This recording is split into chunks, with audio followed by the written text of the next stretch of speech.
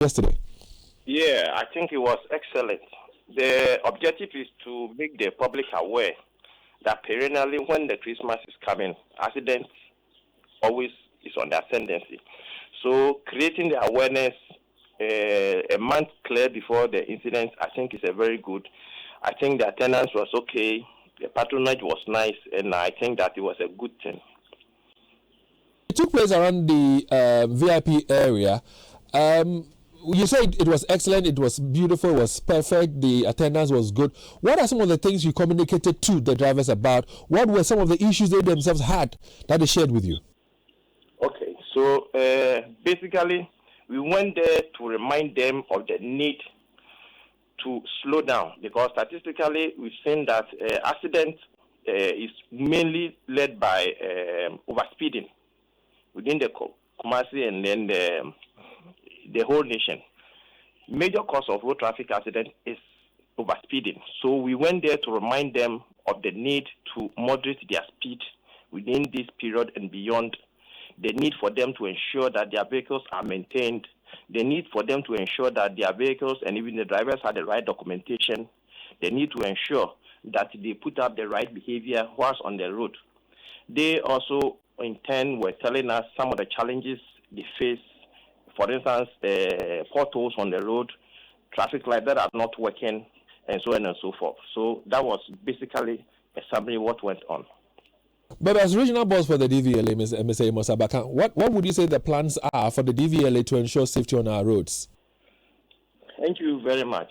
For us, safety is all year round. Safety is all year round. So one of the innovations of DVLA is to put out the compliance and enforcement team. And so that team goes out 4 days in a week throughout the year. And the objective is to remind people the need to always ensure that they adhere to the road traffic regulations.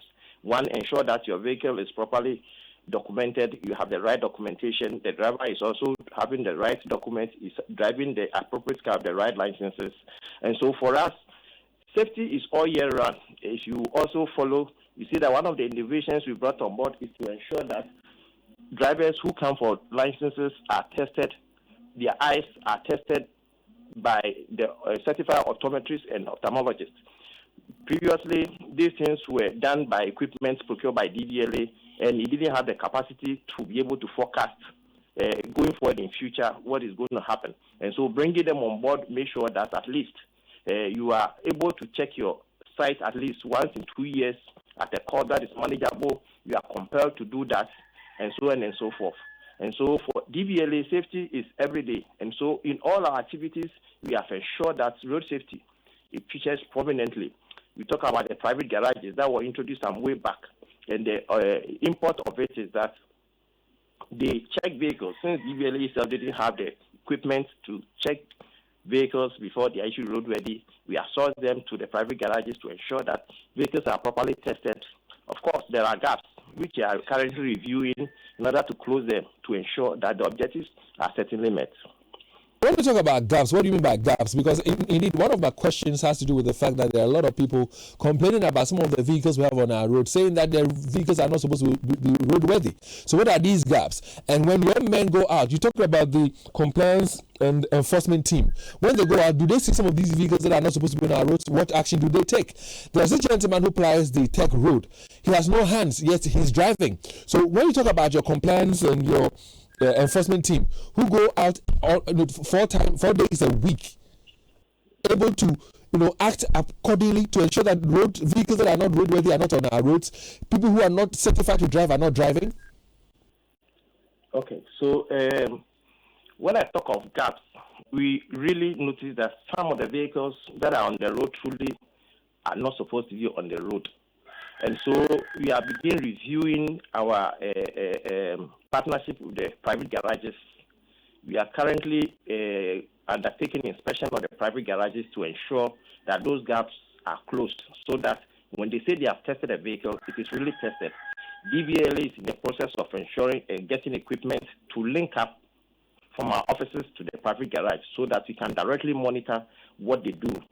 DVLA, once again, is, and most people don't know that sometimes when these private garages don't do what they are supposed to do, we sanction them. they are taking on. Some of them are suspended until they put in place the necessary measures before they are asked to get back to work. Again, the compliance and enforcement team, unfortunately, it's just one team. Kumasi is big, and so they just rotate, but they are on the road. And so it's just a small team, compared to the size of Kumasi. Nevertheless, when they get there, whatever challenges they see with your vehicle, if it needs to be suspended, they will.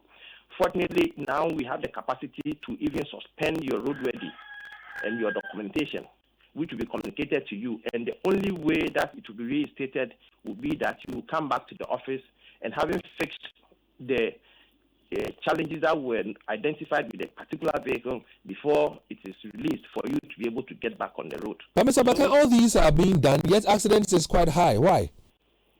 Well,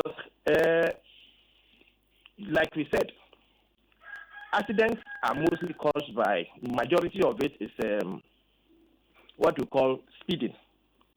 Okay?